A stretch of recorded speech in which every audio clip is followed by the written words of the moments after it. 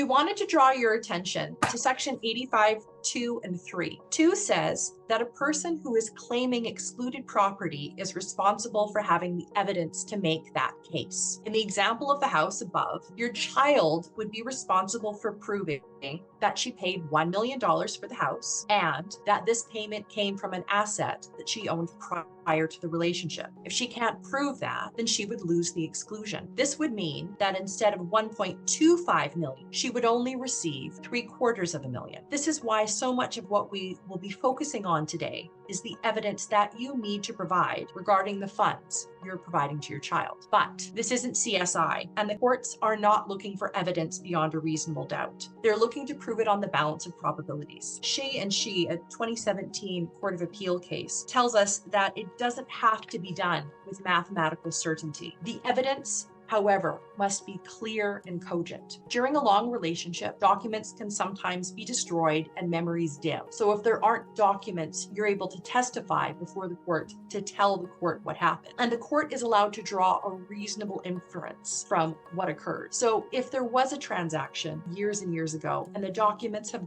been lost, that doesn't necessarily mean that you've lost your exclusion, but it does mean that it'll be significantly harder. So section 85.3 is new, and us family lawyers like it because it clears up ambiguity that has crept into the law. What it means is that if your child, madly in love with her new partner and blind to reason, decides inexplicably to put the house into joint names, she doesn't lose her exclusion. So that's good news for us today.